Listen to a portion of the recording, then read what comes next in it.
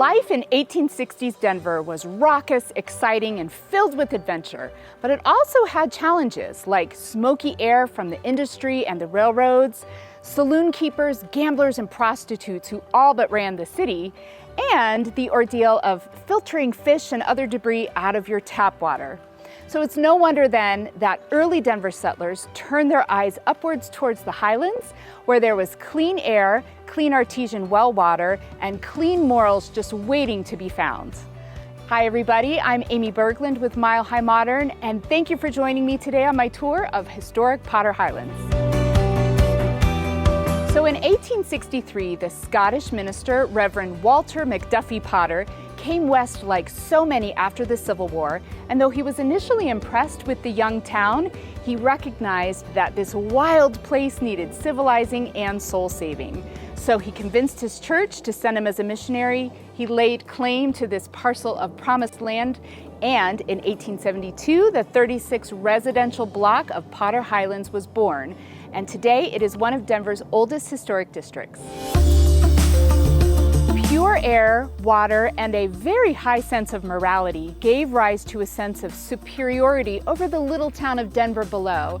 And until the silver crash in 1893, elaborate Victorian homes were built around square blocks that allowed for a horse and carriage turnaround lot in the middle, which is a very unique feature of the Potter Highlands neighborhood. We have many exceptional homes here in the district. However, one of note is the John Muat Mansion. Muat was another prominent Scotsman who amassed his fortune in lumber, and today his home is known as the Lumber Baron Inn, and it's our most prominent bed and breakfast in the district.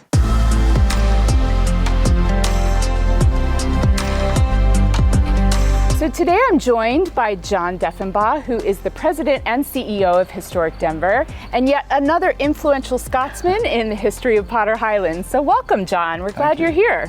So tell me, what are the benefits of the historic district to homeowners? Historic districts are a great tool to maintain existing character, to instill a strong sense of place in a neighborhood. People often move to a neighborhood or community because they appreciate the character. And our historic district's a way of retaining that. You know, existing buildings are robust, they're strong, they're sustainable. It's often said the greenest building is an existing building. Yes. Demolition's highly unenvironmentally sustainable, can release a lot of carbon emissions, and most waste goes to landfill. So existing buildings are a great way of also achieving environmental objectives. I think existing housing is important in two ways. Okay. First of all, it's often more affordable. You see these wonderful, in many cases, for example, Art Deco apartments in Capitol Hill. Existing buildings tell the story of our city, its growth, its communities, and it's really important that they're retained. If we lose existing houses and existing buildings, that means we lose part of our city's story and part of us, and a visual representation of our history, if you like. I'm Amy Berglund with Mile High Modern, and thank you again for joining me on my tour of Denver's largest and oldest historic district, Potter Highlands.